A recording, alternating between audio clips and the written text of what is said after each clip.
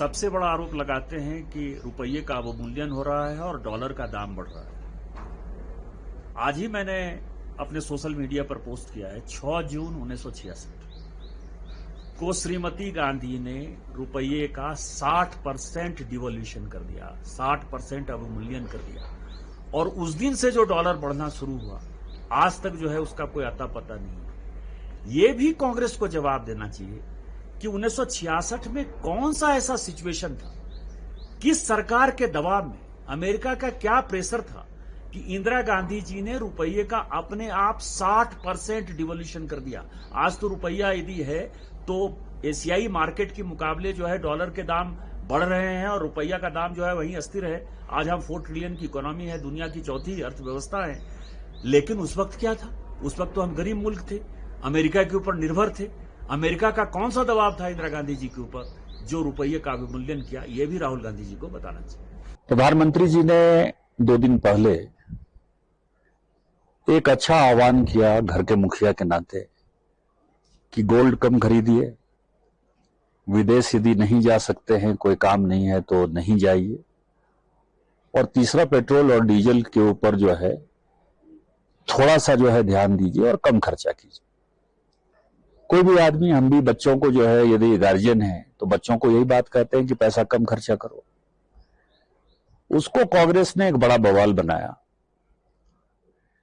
कांग्रेस को यह पता नहीं है कि समय समय पर लगातार जो इंदिरा गांधी और नेहरू परिवार के प्रधानमंत्री रहे हैं, उन्होंने इस देश में, हमने तो, माननीय प्रधानमंत्री जी ने तो आह्वान किया है, उन्होंने तो कानून बनाया है। जब 62 में नेहरू जी चीन का युद्ध हार गए, क्योंकि मैं लेह में हूं तो इसीलिए बहुत इंपॉर्टेंट है, 63 में गोल्ड के ऊपर एक नोटिफिकेशन जारी किया कि कोई भी सोना की खरीद बिक्री नहीं हो सकती है।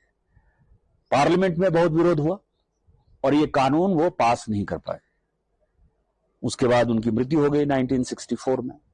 65 में जब भारत पाकिस्तान का युद्ध हुआ, उसके लिए भी ये ले बहुत इंपॉर्टेंट है जहां मैं खड़ा हूं, तो उस वक्त शास्त्री जी ने कहा कि एक टाइम खाइए और जितने लोगों के पास गोल्ड है वो गोल्ड दान करिए, और लोगों ने सहर्ष गोल्ड दान किया है। आज तो प्रधानमंत्री जी केवल कह रहे हैं कि खरीदिए बेचिए, उन्होंने तो गोल्ड दान करने की बात की और भारत के लोगों ने जो है गोल्ड दान किया। इतने पर भी नहीं हुआ, जब माननीय इंदिरा गांधी जी प्रधानमंत्री बनी इस देश की, तो आपको आश्चर्य होगा कि 1968 में गोल्ड कंट्रोल एक्ट आया।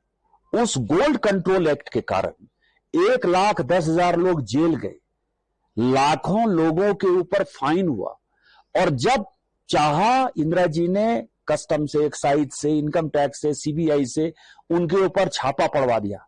जब तक ये गोल्ड कंट्रोल एक्ट खत्म नहीं हुआ तब तक जो है एक आम लोगों के ऊपर सोने के खरीद और बिक्री का जो है तलवार हमेशा लटकता रहा। आज जो है ये लोग एक झूठा सा न्यूज़पेपर लेकर जो है हिंदू का लेके कि ये फेक न्यूज है, ये न्यूज है। मैं चैलेंज करता हूं राहुल गांधी जी को, 2 जून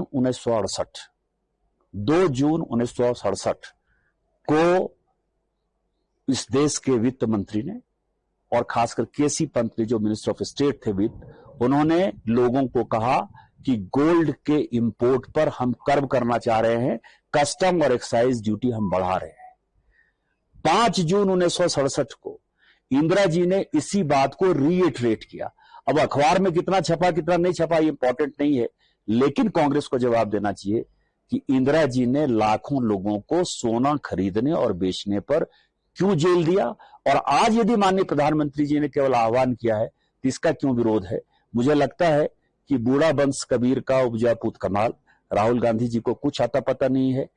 उनको जयराम रमेश जी पप्पू बना देना चाहते हैं और पप्पू की ही भाषा वो बोल रहे हैं।